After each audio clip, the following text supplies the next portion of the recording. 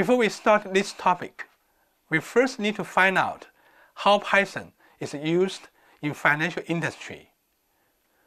Quantitative analysts and engineers of investment banks use Python to build all kinds of models to predict returns and evaluate risks.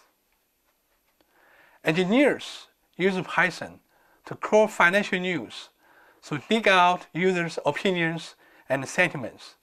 It is said this new source of data from social media can greatly help quantitative analysts to improve the performance of the models. Python is not only used in investment bank, it has been widely used even in consuming bank. A lot of data scientists in consuming banks use Python to build credit risk models. To lower the risk of lending, they can build customer behavior models. To predict customers' behaviors, they can use Python to build recommendation models to make a more accurate recommendation of new customers among different departments, which is called customer migrations. Why is Python good for financial data analysis? Two aspects of Python make it easy for beginners: simplicity and readability. Simplicity means that the grammar of Python is easy to learn. Readability means that the code of Python is easy to understand.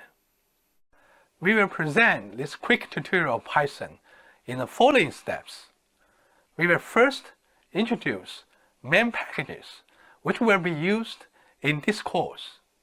Next, we will show how to read the stock data from data files using DataFrame. Then, we use this data to explore basic methods and attributes of DataFrame. In practice, it is always necessary to generate and transform original variables into other forms. For example, we need to get stock return from stock price. Therefore, in the next step, we will present how to generate new variables from original variables. Finally, we will present more advanced workflow using DataFrame to implement a trend following strategy of stock trading. We expect that you are able to visualize and play stock data to implement any of your fantastic ideas after the first topic.